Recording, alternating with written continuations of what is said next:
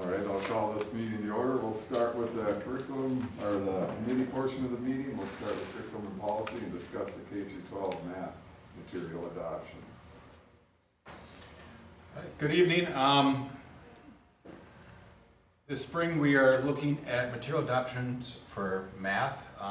Actually, tonight I'm going to share with you guys information regarding K-12. 6 years ago it's been already since we last adopted math. Time goes fast. So this process started already 15 months ago, working with various teams, the K-5 and 6-12 group. If you'd like to jump one forward there. We first start by looking back at what was previously done, what we determined to be essential, and in this case, go ahead and click next. We're looking at what our essential standards are, and what are those key facets of learning we expect all students to know and be able to do. So as we look at resources, we have a fresh understanding of what we previously identified as, integral in the work and in the teaching we do in each classroom. So as we started, then I shared out to the teachers what they had previously done and said, please review these, look through them, and make sure they are accurate, reflect what you now and currently continue to teach in class. Go next. So from there, we kind of build a lens of, where are we going to go next? What are we looking for in that new resource? This is where it deviated. So we had K-5 and a 6, whoops, got too fast for me. K-5 and 6-12. K-5 was in a definitely different spot than 6-12. In K-5, we were extremely satisfied with the resource we had. We've had it since 2013. Teachers strongly understand what is going on in the materials, and our test results are evident of being a very successful program. We had no interest in looking at anything else. We wanted to stay where we currently were at. So that was kind of the one window of the group as we looked at things. 6-12 was in a little different spot. We had implemented real math 6 years ago. On implementation, it wasn't initially quite what they expected it to be. You do all the presentations and all the demonstrations from the publishers, and then when you actually start teaching from it, some things don't line up to what you had previously expected. So they had seen improvements over the last 6 years in the resource, but they were still curious if there was something else that maybe was a better fit or a better tool to provide the learning for our students. So you can see here we split kind of the groups. K-5 gets to jump now all the way from step 2 to about 6. 6-12 we kind of continued along the process. So we continued working on developing that lens for 6-12 math. First step was kind of to look at what is our local needs. What do we see as teachers? Instructional materials for lesson planning. Students, do they have consumables? Is it all digital? The community, is there stuff for different learning levels? Availability of resources that parents can work with their kids. We sat before we even looked at different resources and tried to say what is in our current resource that we see lacking, or maybe not lacking but going well, and what we want to assure is in our next resource that we find or proceed forward with. We also then look at Ed Reports as an independent reviewer of resources. They rate various math series, science series, ELA series based upon their alignment with the standards, primarily Common Core, which Wisconsin is closely aligned. The ability to use it in the classroom. They have a group of teachers that dig into this pretty deep, and they provide kind of a consumer reports of educational resources. So that's kind of our first measure. If it's not scoring well in Ed Reports, we're not going to take the time to further review a resource that's not meeting the state standards or is unusable by a committee of individuals. We don't have the time to continue to look at that on our own. So then we went, what is currently available? Go next. All this conversation, all this work gets put into a shared Google document. Everything from the essential standards to anything I get from publishers. We get digital access. I cut and paste it into here. Our working document as far as identifying the needs of teachers and community and the stakeholder group. We keep it coalesced so that the teacher group and myself can access this at any time it's working. So when we meet, we pull this out. We're working from this. We're looking at those components. So we have not searching through emails trying to find it. That's how we organize kind of that conversation. So as we moved forward with starting to identify resources, we started, I did some reach out based upon teacher feedback. One was ed reports. Go ahead and click next. I reached out to publishers and said, hey, can you send me samples? They're more than willing to always send you a bunch of stuff. I filled my office full of samples. I had a stack, 2 pallets big in my office going on there for a while this year. We looked at 9 different resources this year with our high school group. It was exhaustive, actually, between last year and into this year. It was pretty exhaustive with the number of different resources we looked at that all met green or good on ed reports, but approached math in slightly different ways for that 6-12 group. Got a bunch of digital copies and started looking through different resources. I shared out to teachers, kind of gave them some homework saying, we're going to meet, this was back in May, during in-service, we need to come to consensus, here's your homework, and did that work. Go ahead and go next. Because in May last year, we said we're going to pilot resources. One of the things we learned 6 years ago was the importance of the pilot. The pilot is basically mini teaching from that resource, 1 full unit of study, from the beginning of the unit all the way through the assessment at the end. 6 years ago, we had a few teachers that did that, but not universally. And that was a piece as we adopted the resource 6 years ago, we said, man, we would have benefited from a little more of a pilot. So that was a shift in that practice. Science did the same thing 3 years ago. The math team had to do this time around. So we looked at these 9 different titles, and I said, let's figure out 2 we want to pilot come fall, this past fall. So we moved forward with Into Math, which is published by Home Ed from the Harcourt, a common publisher, and Envision Math, which is published by Savas, which was previously Pearson. Both approached it from a very traditional model of math instruction. We are going to have some new teachers in the upcoming future. I want to make sure we have a resource that is approachable by all ability levels in our teaching staff, especially new to practice teachers. And a traditional approach provides a much more structured approach for math instruction that newer teachers, we believed, would be able to support their practice in helping kids learn in that coming time. Into Math was very computer heavy, relied a lot on reading, as you can see kind of the bulleted points. It was also very costly. This was a component I included in our conversations with teachers. I was upfront with them, as transparent all the way through. It did not impact our final decision. We said, anything we brought in front of you guys, we accept as a possibility of a thing that we can support budgetarily, but I want you to know where the cost is. So as making this resource, is it worth 50% more than where we're currently at, for example, which HMH happens to be, was 50% more than where our current proposal stands for this year that I'm bringing to you guys today. Envision Math, similarly, a traditional approach, a little different approach to how content's developed.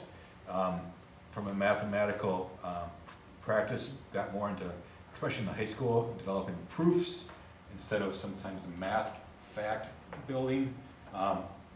For a few of our math teachers, that's not how they currently teach, so it would have been a different spin on them. So that was kind of a negative as we looked at that resource. Another piece is a consumable component for that resource would have been at an additional cost. I think it was, I didn't get final numbers for it, but I think they were looking at $20-some a year per student for the consumable component, which gets very costly very quick when you are looking at the number of kids we have involved. As we moved along this year, we met multiple times. I think it was 3 different times I came to the group. It was November, December, and January, I believe. And I said, we need to make a decision where we're going to go. Come late March, I'm going to present to the board, and this is what we're going to present. I need to know where we're going to go. Because once we made a decision as a team, there's the next steps that I need to take before I brought it to you guys. So we said 3 different times, and as we were talking and back and forth and looking at more resources and going back and forth, the question arose of why are we changing? Because as we dug into the new pilots and what we currently have, there's not a discernible difference in what they were experiencing. So the conversation came up, why are we changing? The team decided to stick with Reveal Math, which is our current resource, for multiple reasons. One, they already have a familiarity with it, so it's not going to be learning a new resource. The high school teachers found it important that they could then dig into it deeper. We're going to do PD with the team, with Reveal Math, should be approved, come August, and they're gonna be able to come with new questions, saying, we taught this for 6 years, how can I also utilize this better than I currently am? We also, during the research phase with Real Math, found that the 6.8 edition is being rewritten this year. So we had an opportunity to look at the new edition, which addressed some of those concerns we identified in that framing our picture conversation back 15 months ago. So after multiple deliberations, multiple conversations, the team came to consensus that Real Math was the place we wanted to stay. Next, so it became my next part is I'd look at the budget. What pieces fit into our adoption? What do it impact our budget? Because what we observed this year, the cost of material adoption, 612 nearly doubled in the last 6 years. So what I brought to you guys 6 years ago now costs twice as much. It's pretty startling. I initially went to Mr. Broren 8 months ago or more when we were doing an initial budget and said, this is what I'm looking at. I'm doing a 20% increase. Is that enough? Sure, we'll go with that. And I started getting budgetary quotes back in September, and I was like, I need to make an adjustment here. Can we do some little pieces? And we kind of made sure we're ready for that. And then even as you looked at in the board packet, moving forward here, we're kind of splitting math between 2 budget cycles now, with high school being this year, elementary being next year. So as we go down into the future, we're not going to try to do a K-12. We're doing 6-12 and K-5 separate across 2 budget cycles. Another piece is, as I worked with the publishers, is how we account for professional development needs of our staff to implement, for us, what are the same resources, but hopefully be able to dig a little bit deeper or provide some new insight into how we can use them better.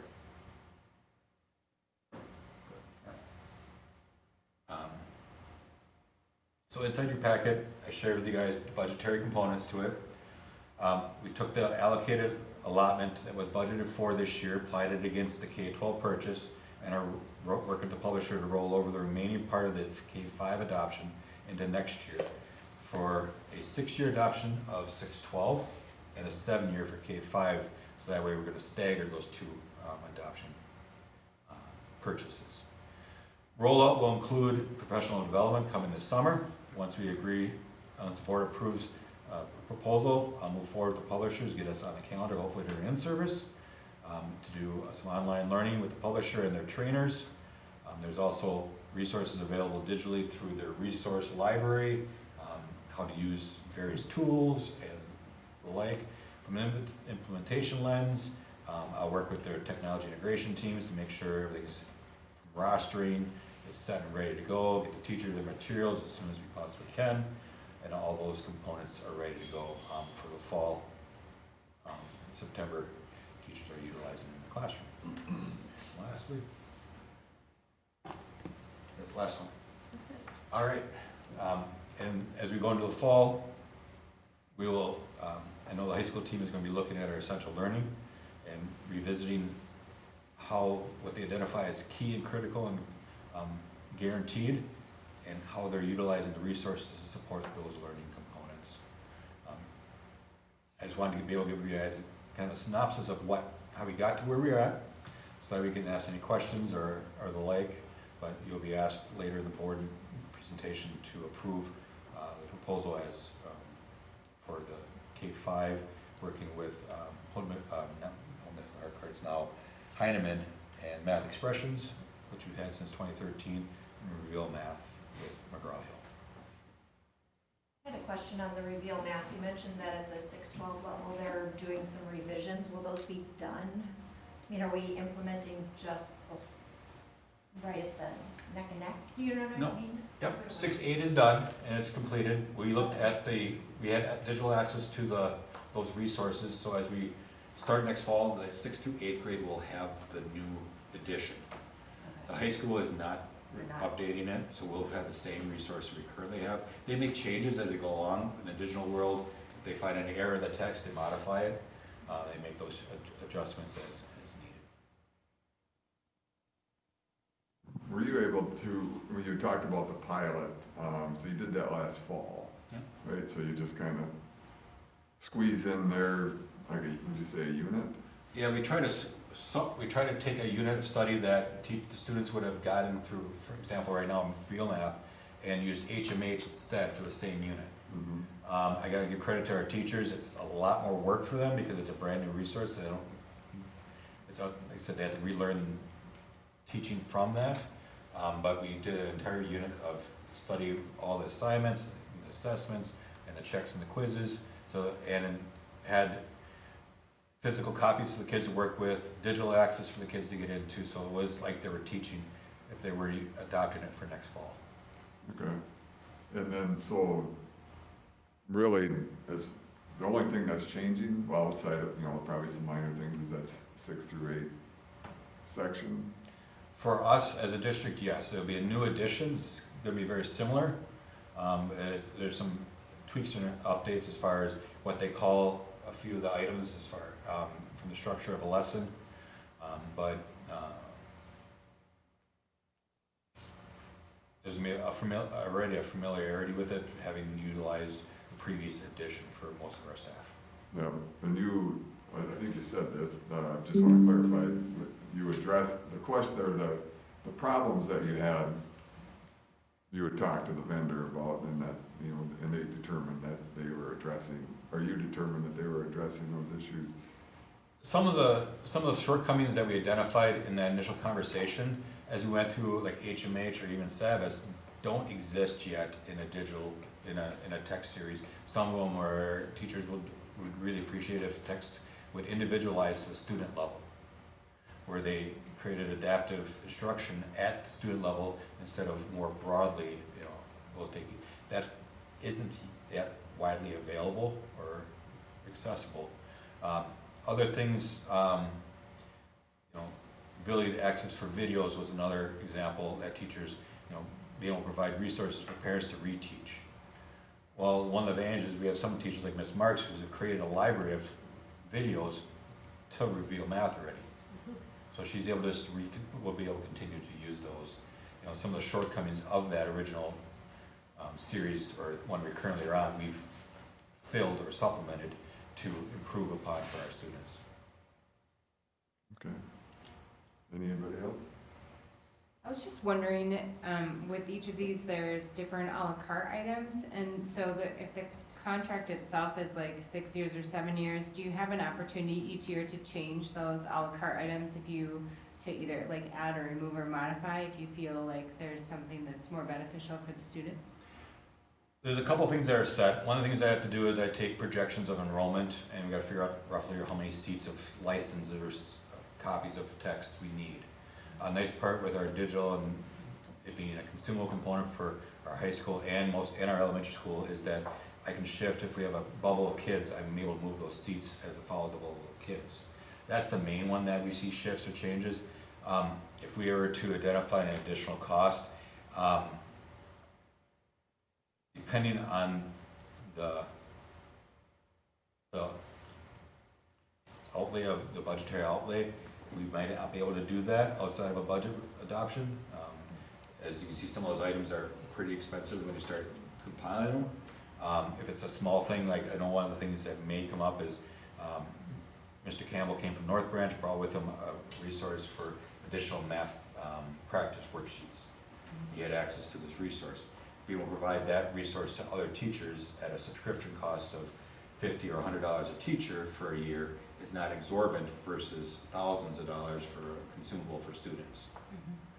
So there is a little bit of flexibility, but not a whole lot. We don't do a whole lot of shifting between an adoption and the end of a resource window, which right now we're doing a 6-year cycle as we work through. Is that like a normal cycle for something like this? Just thinking, I don't know how much things change over time, but 6 years or 7 years seems like a long time. It's the review cycle currently by the state of Wisconsin for their standards. That's where it initially stemmed from. And then what I did is I had to lay it on a grid and looked at all the different content areas across our district and try to strategically place them, because ELA and math are the most expensive. So I can't put ELA and math on the same year all the way through, so I had to stagger them a little bit so they're not always aligning with that DPI standard adoption. And then, with those renewal of standards every 6 years, our subscriptions also fall in that. It also seems to be pretty industry standard for that 6-year window is where most districts land because of that standards adoption timeline as well. Okay, thanks.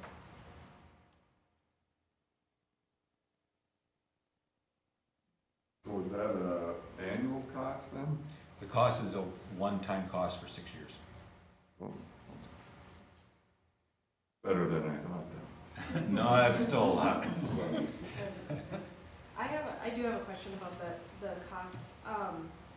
Did the two publishers, did they have a conversation on why the cost increase, apart from just like increase of expense? Did they switch a platform, It's the different industry. warehouse, or something like that? All the publishers, I received, as we piloted, and we're getting narrowed in, especially the pilot ones, I reached out to the publishers and asked for budgetary quotes.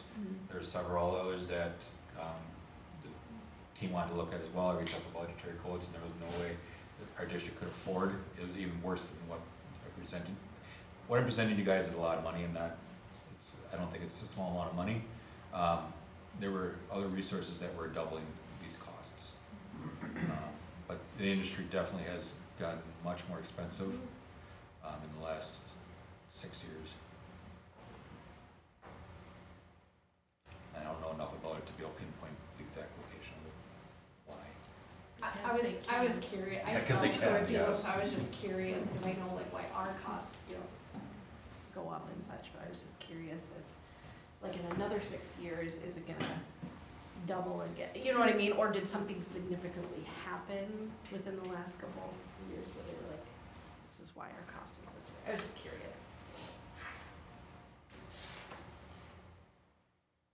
Any other questions?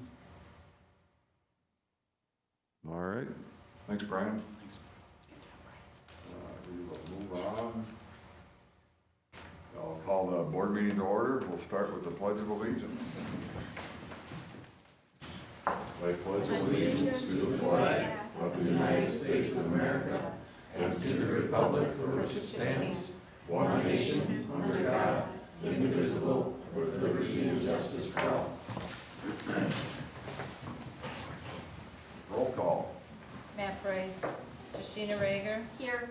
Don Milkey, Here. Ronnie Schuler, Here. Brett McCurdy. Here. Ronnie, would you please read the mission statement and the rules of the meeting?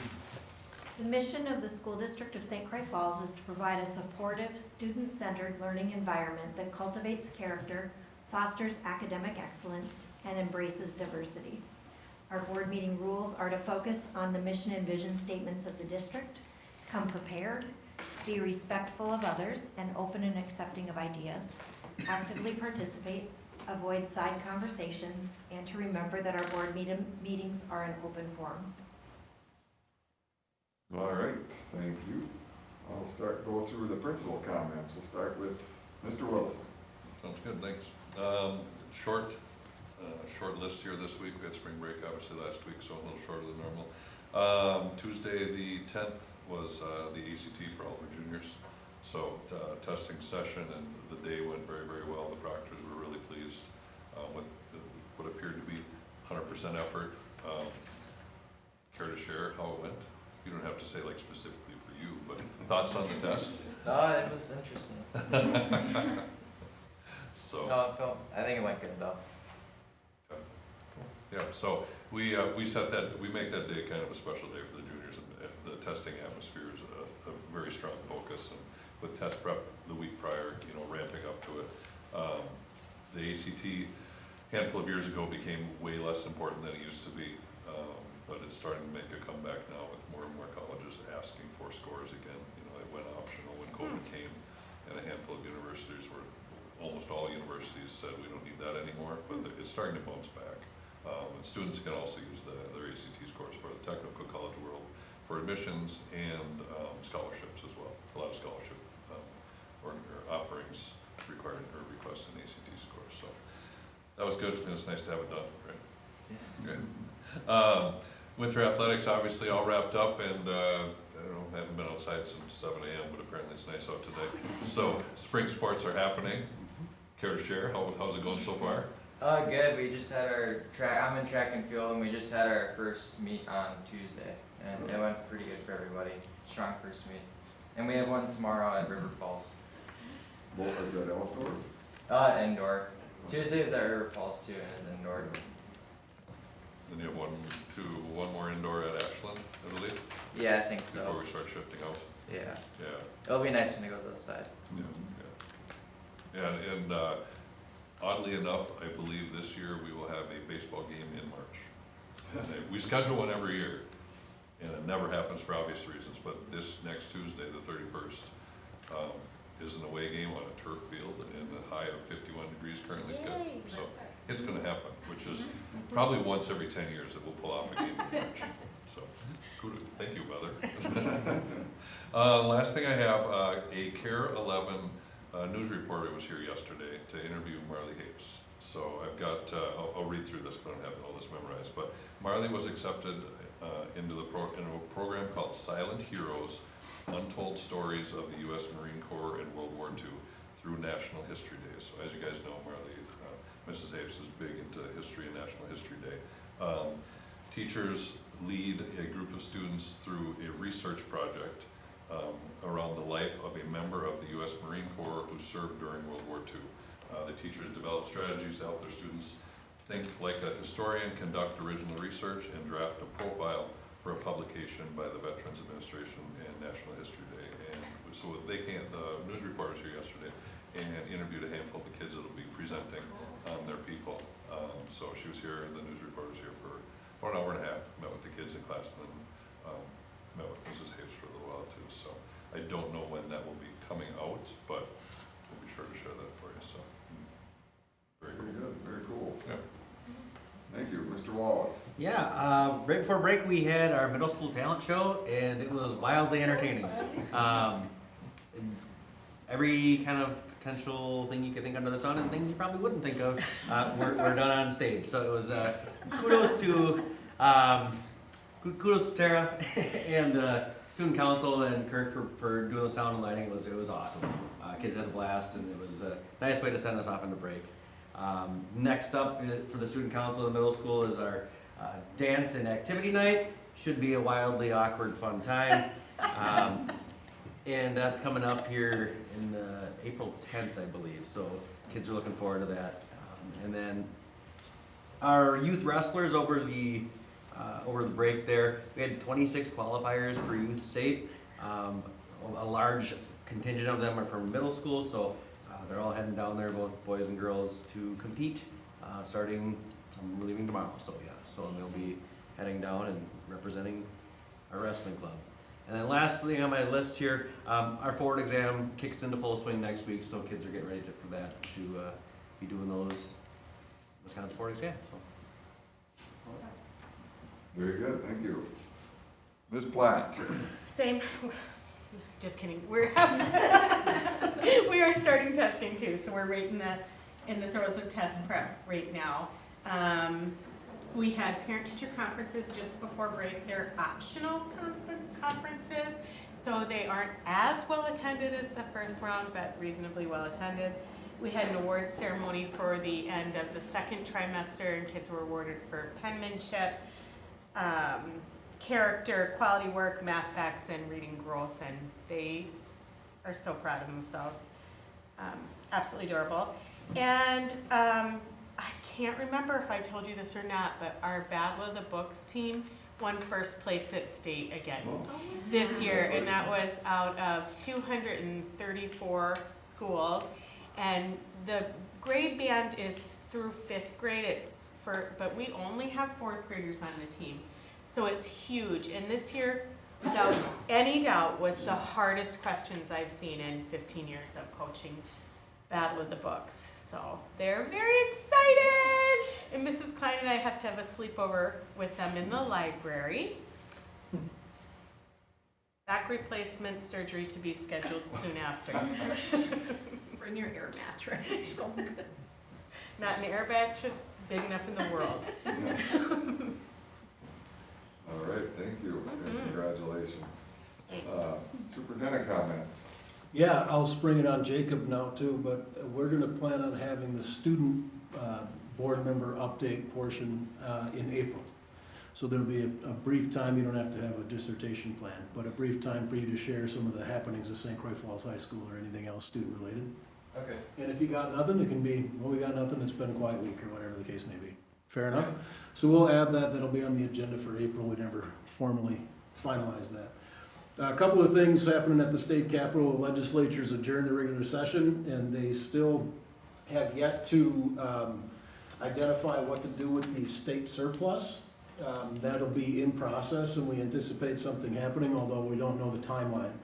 The only thing, there's nothing that's a guarantee, because again, it's not completely established yet, but there's signals from both sides that something to rectify the special education funding that I talked about not too terribly long ago, to meet the 42% and 45% threshold that's originally established in the budget will take place. That's about $200 or $220 million that I believe they'll do some things with. Then the following conversations are about a combination of tax relief or tax rebates to individuals or families and so forth. And so they're gonna work through that. And hopefully we do get that additional percentage with respect to special ed funding, because again, that then serves as a decrease to our Fund 10 to Fund 27 transfer, which is a de facto increase in Fund 27. So, or Fund 10, pardon me, our general fund. So we're hoping that that does take place, and it appears that it will in some way, shape, or form. The timeline's unclear. There were 3 bills that made out of the legislative session that are on the governor's desk to be signed, so they're not law yet until the governor signs. I'm not certain if they will all be signed or potentially vetoed. The first one is prohibiting education employers from entering into certain agreements related to information about alleged immoral conduct by an employee and civil immunity for information provided to a prospective employer. This hit the news a couple of years ago, or within the last year or so, with respect to some districts that have engaged in non-disclosure agreements with staff members, which frankly is shocking to me, depending upon their conduct. I haven't been part of an organization that's chosen to do that. St. Croix Falls hasn't chosen to do that. We had a records request for any agreements that we might have on file. It was good to respond, no records exist, not too terribly long ago. But the point is that there would be some, and again, not always to hide nefarious conduct. It might be to protect identity or other things along those lines. But in some cases, districts did enter in agreements with staff members that might have engaged in some conduct that you really don't want to pass along to other school districts, or want to have further ramifications to their license and their professional ability to be a teaching professional in the future. And some of those things didn't happen because of these non-disclosure agreements. That's one of the pieces. So my hope is that the governor signs the bill so it becomes law. I don't anticipate that means any shocking change. I know for a fact it's no change for St. Croix Falls School District. We would engage in that conduct anyway. But it does make it, it would make it illegal. And they're also, you might have heard on the news or through various outlets that they're looking at increasing investigative procedures at the DPI with respect to professional licenses and so forth and so on. And that I don't believe is completely ferreted out yet with respect to circumstances involving children. So some important stuff. The other one is operation of drones over school property and providing a penalty for that. So as you know, we have, for example, like the football team flies a drone above their practice on occasion, not typically during games, but flies their drone above practice to take video. Because back in the old days, you'd have somebody standing there with a video camera recording what was going on. Now you can send a drone up and do that.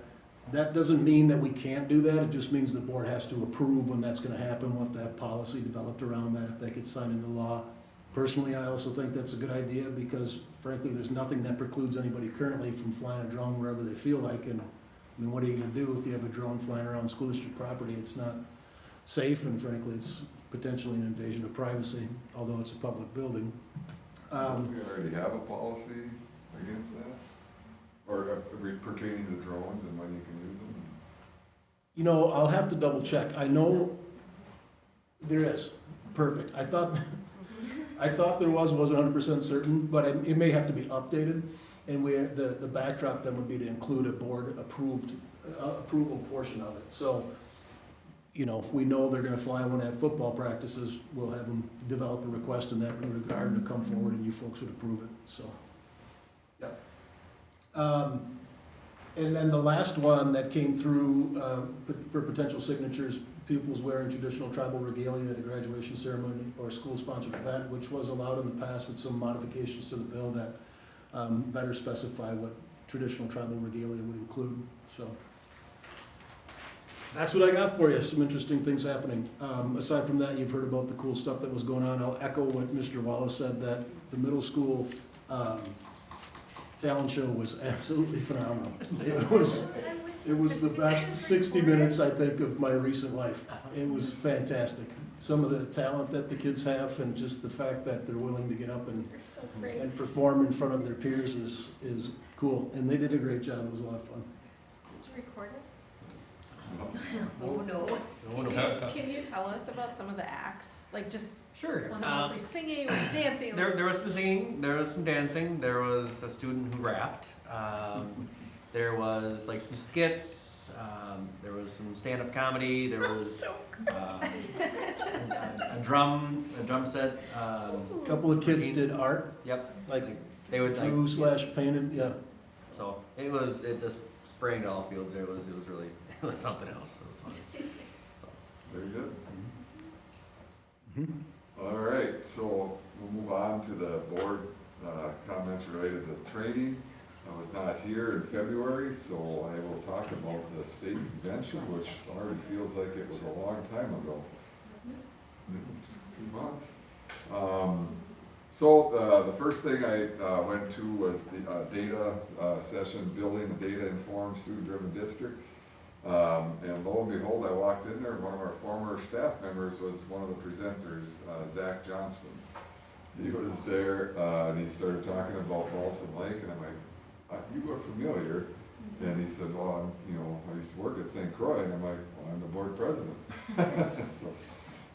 So it was good to see him again and do all that, talk to him a little bit before it actually started. But he works for, it was Watertown and Wise Dash, do you know? Wise Local, Wise Caesar Local. 10. Yeah, yep. So that's, who presented this, and they talked about their 3-year journey, how they, of course, there was software and, company that Zach works for, works on helping us, districts do their journey. It just talks about, how the year 1 is just kind of that first step into pulling data from Skyward or whatever your systems are, attendance, ACT scores, data assessments, etc. And then, you start, looking at that, then you start throwing in year 2, you start looking at, more data, start accessing, additional systems, whatever we have, basically, in the end of it is basically they can pull it into these things, create dashboards, look at it. Obviously, there's training and different things, board members can have access to it, read-only, type things to go in if we so chose to do that. And basically, in the end, they were saying, if you build it, they will use it, type of thing. And I didn't go there to, because I thought we were not using data. I just thought it was an interesting, session to go to, and listen, learn about how others are doing it, and of course the technology piece piques my interest a little bit too.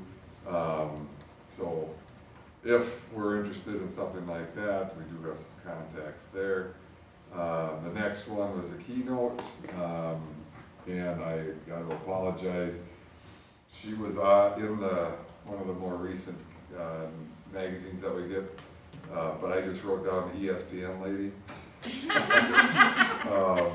She was, kind of she was a reporter, but she talked about, I thought she was very good, and maybe one of the better speakers that I heard down there.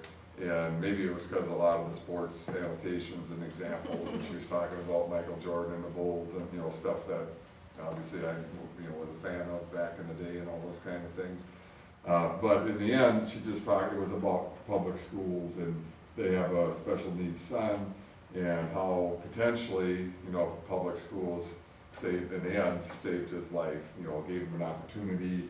He ended up being you know, they found some kind of, I don't know if it was, I think it was water polo, that he ended up being really good at, got him into college, you know, all that kind of stuff that when he was younger, they never thought he was going to, you know, be able to do, get to college, graduate, and all that kind of stuff. But his teachers in the public school system and all that kind of stuff really resonated, you know, that, and again, she said it kind of potentially saved his life, because who knows what path he would have went down if he would have had the people looking out for him.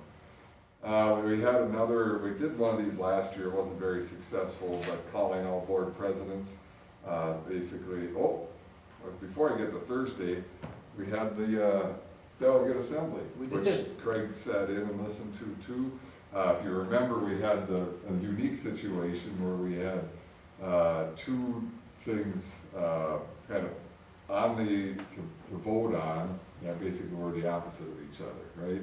And if I remember right, neither one passed. So basically, it was status quo. Well, the one to not advocate for decoupling passed. Yeah. And the one to advocate for decoupling didn't pass.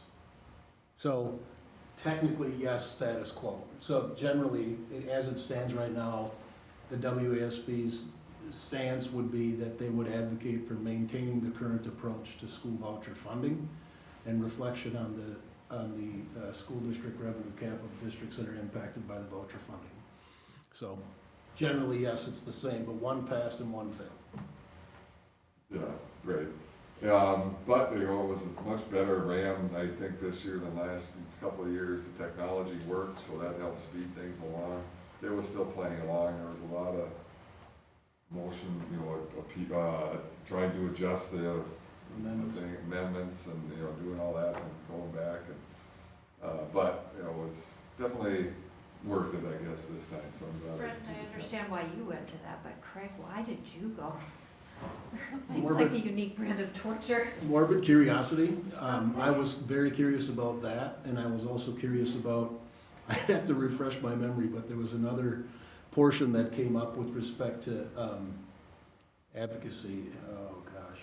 Anyway, I don't remember, but there were two very specific things that I wanted to see what the connotation of the group was, and the nature of the discussion.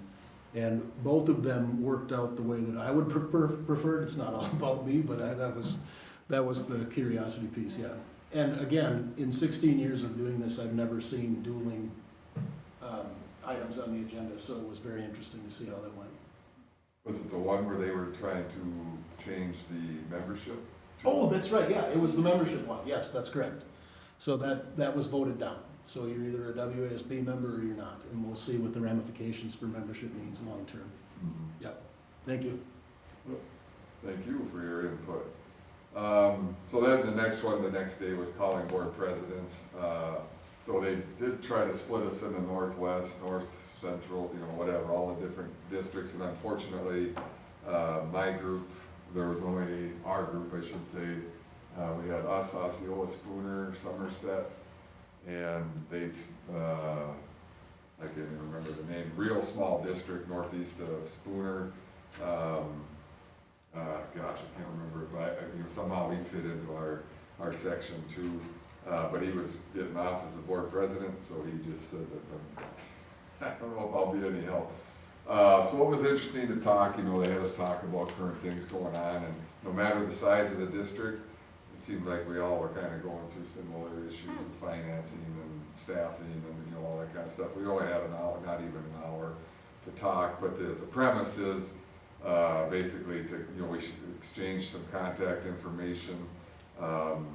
Nobody has taken the initiative to reach out to all of us that were at least there, and then try to spread it out to, you know, we want to get Amory, Unity, you know, what would our region consist of type thing there to kind of start talking about this. Some of the other, you know, regions or CISAs or however they have done it have had some pretty successful meetings with, you know, getting together. They kind of rotate schools or pick a few different somewhat centrally located schools where they, you know, bounce around through once a month, once a quarter, to talk about those types of things. So they've been finding benefit for it, so, now that I'm reminding myself about that, I'll probably reach out to them and, at least see if there's any interest in the things, and I, you know, sometimes they rely on the superintendent to help gather that information, so. Shoot, I just lost my notes. Apologize. Anne Marie Anderson is the ESPN lady, just so you know. Thank you. You're welcome. That's it.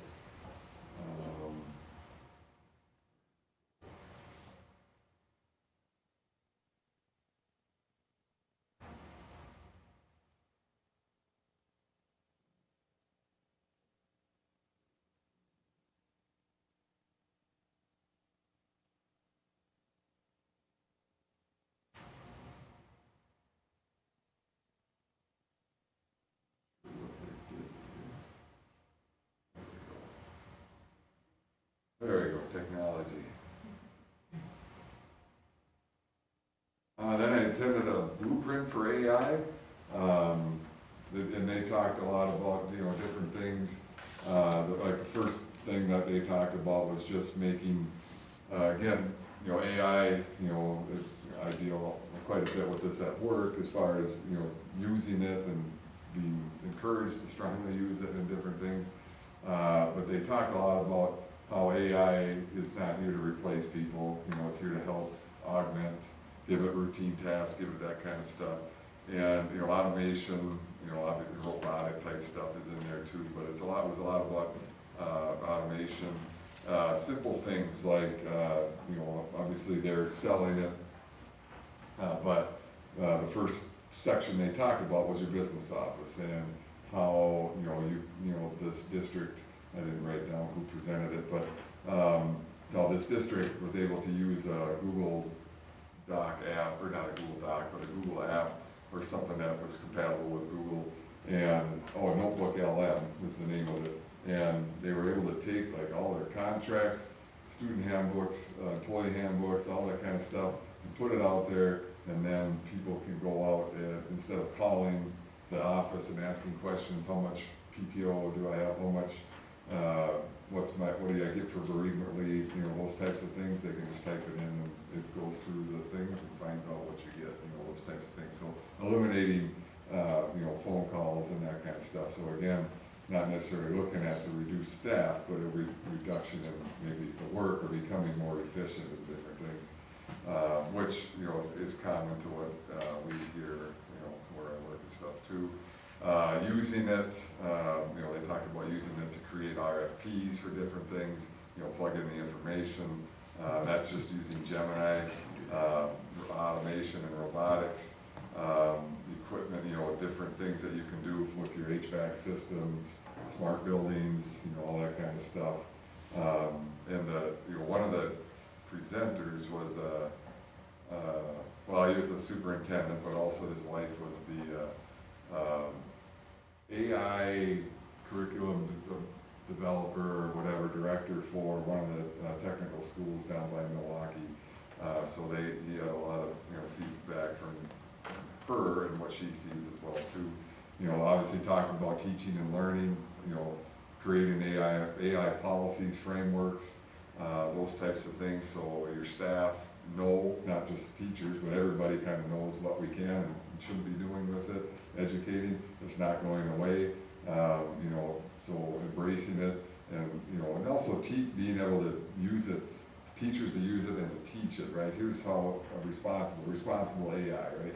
This is how what we can do with it.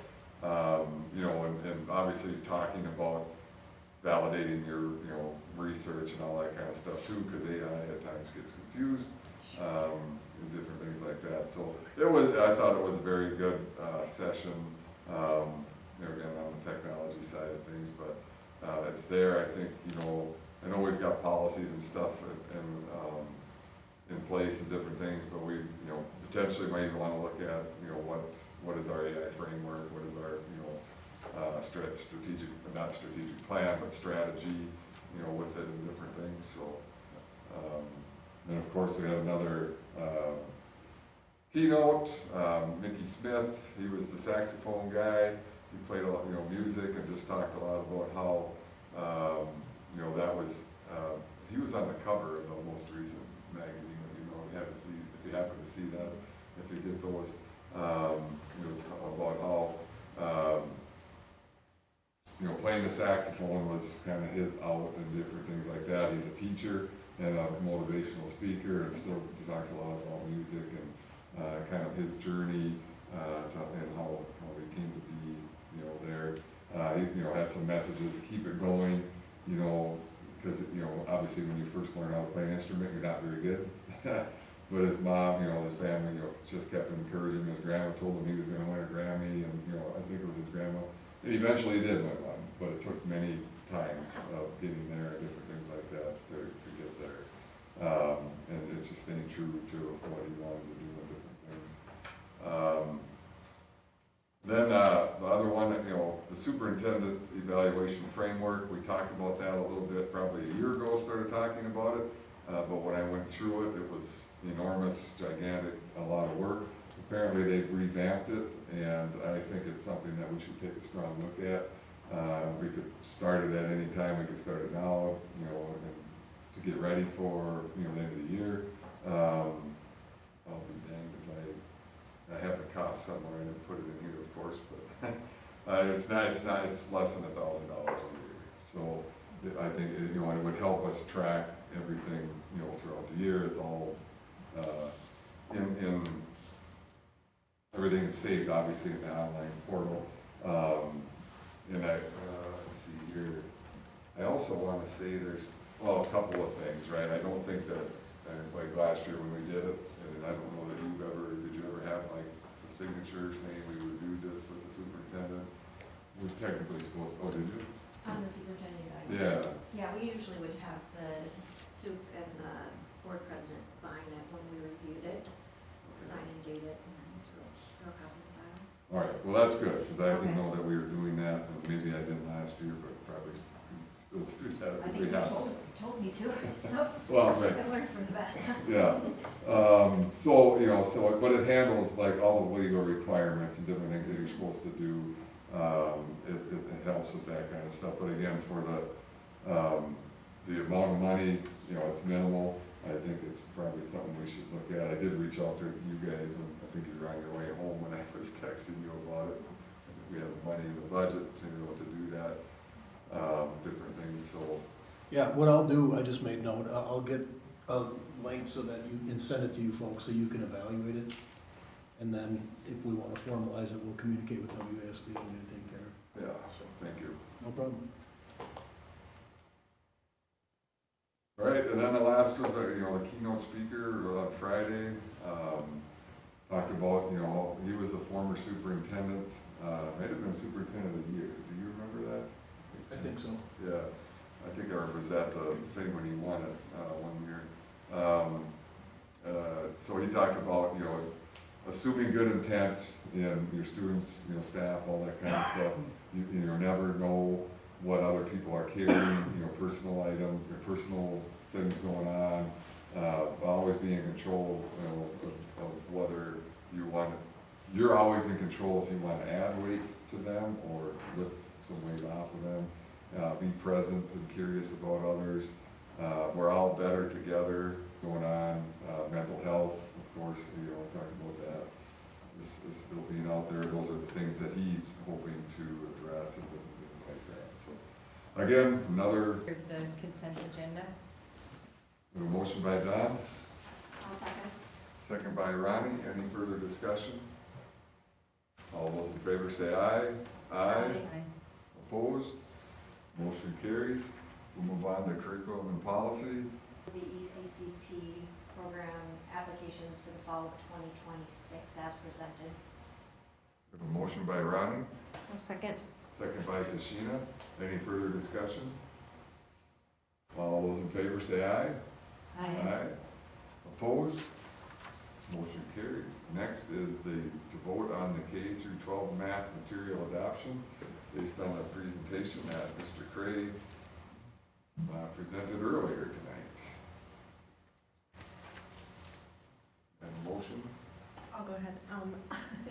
I will go ahead and make that motion to approve the presented K through 12 math material adoption. Right, we have a motion by Tashina, I'll second. second by Ronnie. Any further discussion? And we'll do a roll call vote on that. Matt Bryce, Tashina Rager, Yes. Don Milky, Yes. Ronnie Schuler, Yes. Brent McCurdy. Yes. All right, we'll move on to financial. And last meeting as well, we went over the 26-27 CISA shared services contract. So we'll look for a motion to approve that. There's no changes, right? Nope. As presented then. I'll make a motion to approve the 26-27 CISA shared services contract as presented. Motion by Don, Second. second by Tashina. Any further discussion? All those in favor, better do a roll call, thank you. Matt Bryce, Tashina Rager, Yes. Don Milky, Yes. Ronnie Schuler, Yes. Brent McCurdy. Yes. Move on to the Go For Healthcare LLC contract for athletic training services. Again, that was presented to us at the last meeting as well. Take a motion to approve that.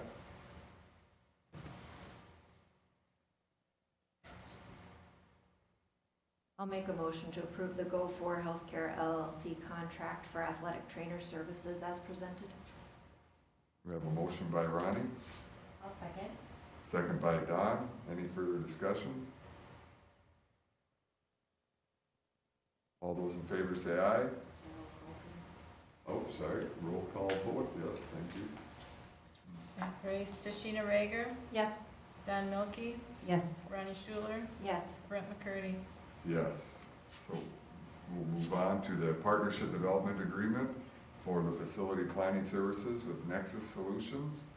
I'll take a motion to approve that. Again, that was in our packet and discussion last meeting. I'll go ahead and make that motion to approve the partnership development agreement for facility planning services with Nexus Solutions LLC. Motion by Tashina, I'll second. second by Ronnie.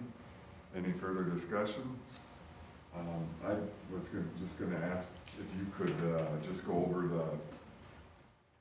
so we use them, we have, what, 3 years to use that?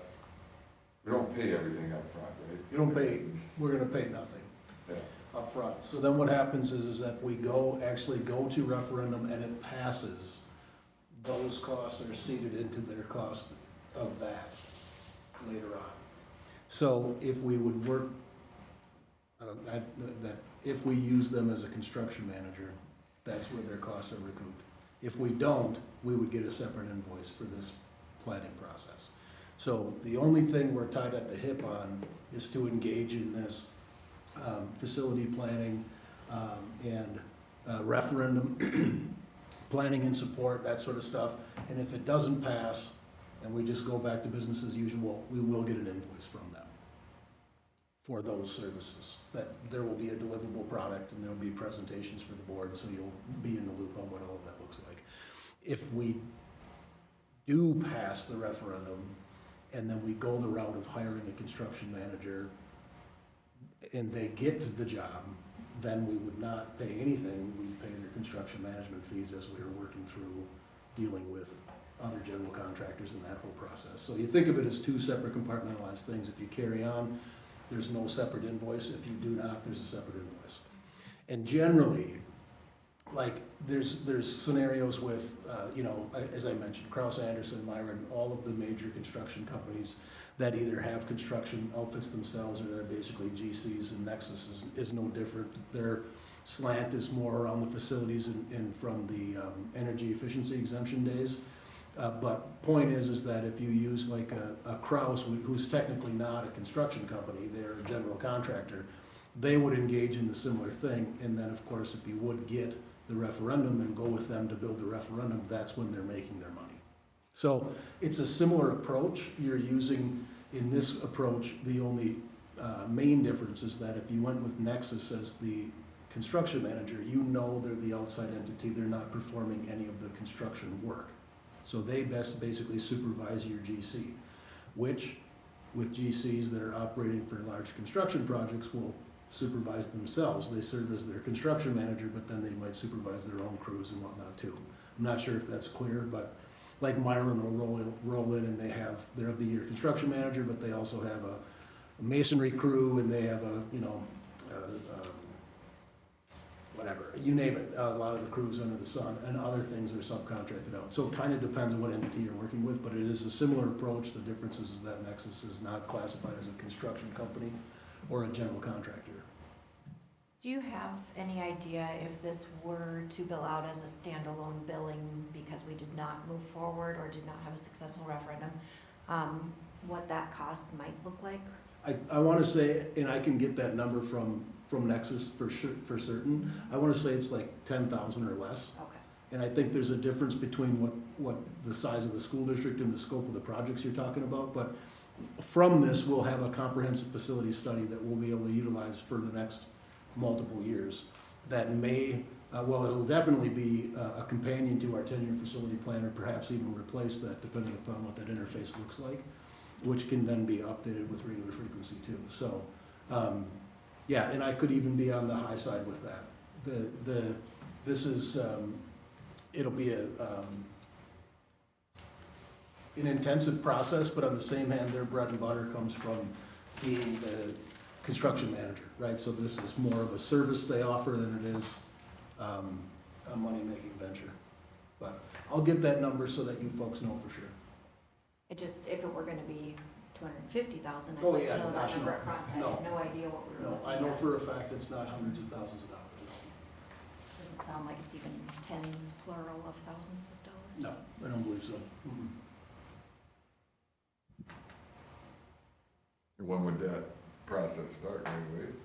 Well, if the contract's approved, we will have a sit-down, 1-hour kickoff meeting with the admin team and Lorraine at a very near point in the future. In fact, the admin team and I just carved out a date, not knowing whether or not it'll be approved. So if it is, we'll solidify that date and get the contract sent back to them and hit the ground running. So within the next couple of weeks.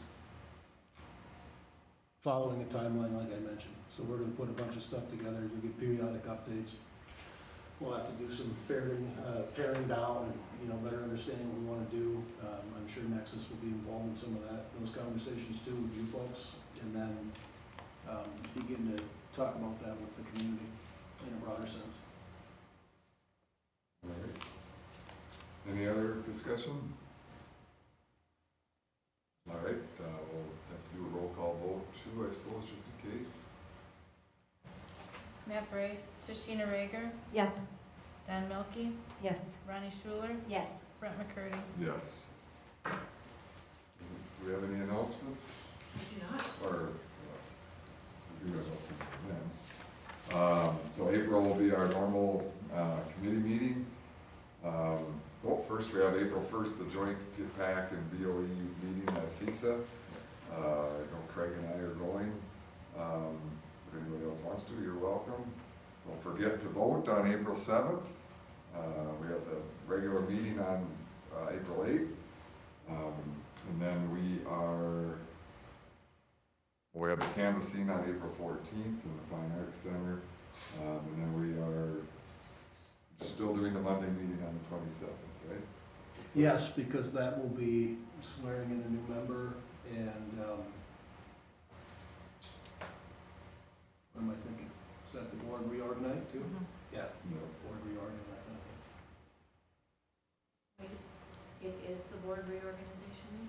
I think so. Because then, why do I have to be? Yeah, because last time we thought Ronnie would still be here and they would take over. I thought we'd reorganize the following one, but I don't have a stake in that game. We don't reorg until the regular part of the meeting though. And it's also because Ronnie's the clerk who swears in the new board member. And then, so after that portion, I think you can sayonara. Or I can watch. Yeah, or you can be the public in the, being out. Mr. Wilson, I don't mean to put you on the spot. What is the graduation date? Pull my calendar. 22nd, sound right? I was thinking 26. May 22. Chris, 22nd. So, you know, start thinking about that for board members. We usually have 2 up on the stage. I plan on being there, so. Unless somebody, 2 other people really want to do it. So just, we don't have to have an answer tonight, just wanted to bring it up to start thinking about it. Ronnie, will you discuss the rules of the meeting? Yeah, this was a quick one, so it was pretty easy to stay focused and be prepared for, so you did a nice job. All right, thank you. That's it, right? We just need a motion to adjourn. I'll make the motion to adjourn the meeting. Motion by Don, Second. second by Dashina. All those in favor say aye. Aye. Opposed? We are adjourned. Thank you. Price is right, Rosie got me, right? You'll have to-